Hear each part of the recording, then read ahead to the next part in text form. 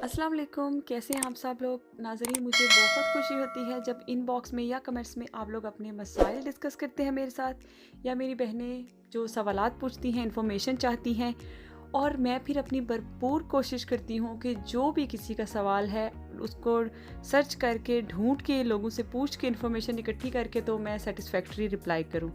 अगले दिन मेरी एक बहन पूछ रही थी कि बच्चे के ख़तने करवाने हैं तो मुझे कोई कॉन्टेक्ट नंबर दे दें, या कोई कहता है कि मुझे बच्चों की एकेडमी सर्च कर दें। फैमिली वीज़ा के लिहाज लिहाज से बहुत से लोग सवालात पूछते हैं। यहाँ पे जॉब्स और स्टडी के रिलेटेड बहुत से सवालात पूछे जाते हैं। और मैं ये नहीं कह रही कि मुझे सब चीज़ों का पता होता है, लेकिन मैं अपने कॉन्टेक्ट्स इस्तेमाल करके अपने जानने वालों में या फिर ऐसे जो बाएतमाद लोग हैं उनसे इन्फॉर्मेशन लेके तो रिप्लाई करती हूँ। तो मुझे खुशी होती है क्योंकि ये एक जो प्लेटफॉर्म है ये यूट्यूब का, ये स्पेशली स्पेन में रहने वाली पाकिस्तानी ख़वातीन के लिए है। क्योंकि एक ख़ातून जो पाकिस्तान से आती हैं एक बिल्कुल ही नए कल्चर में, नए माशरे में, नई ज़ुबान में, और यहाँ पे आके उन्हें एडजस्ट करना पड़ता है। जो मर्द हज़रात होते हैं वो तो अपने जॉब्स में, अपने दोस्तों में, या अपने जो भी उनका रोज़मर्रा का रूटीन का सेटअप होता है उसमें बिज़ी होते हैं। बच्चों की जब स्कूलिंग और कॉलेज स्टार्ट हो जाते हैं उनकी एक अपनी दुनिया बन जाती है, वो उसमें बिज़ी हो जाते हैं। और ख़वातीन जो घरों में हैं, जो बिल्कुल अजनबी हैं इस माहौल में, इस जगह पे, तो उनको रहनुमाई के लिए या उनको यहाँ पे फ़ैमिलियर करने के लिए जो एक कोशिश है वो मैं कर रही हूँ, और यही मकसद है।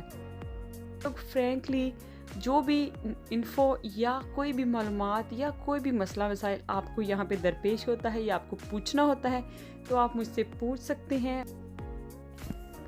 और पिछले कुछ दिनों बहुत रौनक रही है क्योंकि हमारे घर गेस्ट आए हुए थे, हफ़्ता डेढ़ वो रहे हैं, और जो मेरे बेटे ने एंजॉय किया उन बच्चियों के साथ, क्योंकि वो उसकी एज फेलो हैं। और जब भी हमारे घर कोई बच्चा आता है मेरे बेटे का एज फेलो, तो ज़ाहिर है बच्चे सारे मिलके बहुत शौक़ से खेलते हैं और बहुत एंजॉय करते हैं। और फिर कुछ आउटिंग भी बहुत हुई, बाहर जो है घूमना फिरना भी काफ़ी रहा, और किचन में भी खाना बनाना, कुकिंग करना। और ये देखिए अभी मैं अपना एक सिग्नेचर डिश जो है ट्राइफल बना रही हूँ, जिसकी रेसिपी बहुत दफ़ा चैनल पर डाली हुई है। और बच्चे मेरे को छुट्टियां भी थी, उसने कज़न्स के साथ इसलिए भी ज़्यादा एंजॉय किया क्योंकि स्कूल से छुट्टियां थी। और छुट्टियां किस वजह से थी, क्योंकि क्लास में किसी बच्ची का कोरोना जो टेस्ट है वो पॉजिटिव हुआ था, तो उस वजह से सारी क्लास को छुट्टियां थी। और जब तक सारी क्लास के टेस्ट और टीचर का टेस्ट जो हैं वो हुए हैं और फिर रिपोर्ट्स नेगेटिव आई हैं, तो तब दोबारा से क्लास स्टार्ट की है। अब 2-3 दिन उसे स्कूल जा रहा है, और स्कूल में भी आजकल अजीबोगरीब किस्म के फेस्टा स्टार्ट हुए हुए हैं, जिनकी मुझे समझ नहीं आती कि एक दिन आपने सॉक्स पहन के जानी है और कलर्स की, अब दूसरे दिन आपने शर्ट्स उल्टी पहन के जानी है, अब तीसरे दिन आपने माथे पे कुछ फ़नी लिख के लेके जाना है, और चौथे दिन आपने जोकर बन के जाना है। तो मुझे नहीं समझ आती इन अजीब फेस्टास की क्या थीम है और ये क्यों सेलिब्रेट किए जाते हैं। ज़ाहिर है हर मुल्क का अपना कल्चर, अपनी ट्रेडिशंस होती हैं जो कि दूसरे जो मुल्क के लोग हैं उनको अजीब ही लगती हैं। कुछ आजकल ज़िंदगी भी अजीबोगरीब हुई हुई है और मौसम भी अजीबोगरीब हुआ हुआ है। ज़िंदगी इस तरह की, कभी हम खुद को लगता है कि बहुत बिज़ी हैं, बहुत काम है, ख़त्म ही नहीं हो रहे काम, एक तो मुझे काम बहुत करने पड़ते हैं, और कभी कभी ऐसे लगता है ज़िंदगी में कोई काम नहीं है, बहुत बोरियत, यकसानियत का शिकार हुई हुई है लाइफ। क्योंकि एक तो आजकल ज़्यादा ग्रुपिंग करके आप बाहर नहीं जा सकते, लोगों के घरों में भी आना जाना कम है तकरीबन, क्योंकि 2 लोगों से ज़्यादा गेस्ट नहीं जा सकते। और ऐसे ही बिल्कुल मौसम हुआ हुआ है, कभी बहुत अच्छी शानदार धूप निकली होती है और बल्कि हल्की हल्की गर्मी स्टार्ट हो गई थी। अक्सर मैं दोपहर के टाइम देखती थी लोगों ने जैकेट्स जो है वो उतार के हाथों में पकड़ी होती थी। और आज जैसे ही मैं मॉर्निंग वॉक पे गई हूँ तो शदीद धुंध और सर्दी फैली हुई थी हर तरफ, और ठीक 2-3 घंटे बाद फिर धूप निकल आई है। तो वैसे ही स्पेन का मौसम अजीब है, जैसे हमारी ज़िंदगी आजकल अजीबो गरीब हुई हुई है, बल्कि गरीब ज़्यादा हुई हुई है, क्योंकि स्पेन में जो कामों के हालात हैं और तनहाओं के हालात हैं उनसे अजीब के साथ साथ गरीब ज़्यादा हुई हुई हैं।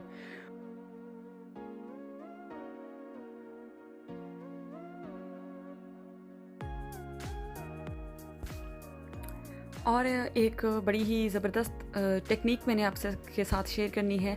अखरोट को हम कैसे तोड़ सकते हैं। फॉर एग्ज़ाम्पल हमारे घरों में अखरोट होते हैं और हम कभी तोड़ने की कोशिश करते हैं तो अपना अंगूठा ज़ख्मी कर बैठते हैं, कभी तोड़ने की कोशिश करते हैं तो अखरोट जो है वो हाथ से छूट के पेटी के नीचे घुस जाता है या फिर वो कहीं गुम हो जाता है। और या फिर कुछ लोगों ने जो चोरी-चोरी खाने होते हैं, तो वो जो ठक ठक की आवाज़ होती है उससे हमसाए भी डिस्टर्ब होते हैं। तो बजाय इसके कि आपके हमसाए शिकायत करें क्या की ठक ठक लाई जाए, या फिर आप अपना अंगूठा ज़ख्मी करवाएं या आपका अखरोट ही गुम हो जाए, तो आपने करना क्या है, जो एक कोई भी नोकदार चीज़ लेनी है, चाहे वो छुरी हो, चाहे वो चाबी हो सकती है जिसकी नोकीली सी नोक हो। तो ये आपने अखरोट पकड़ना है।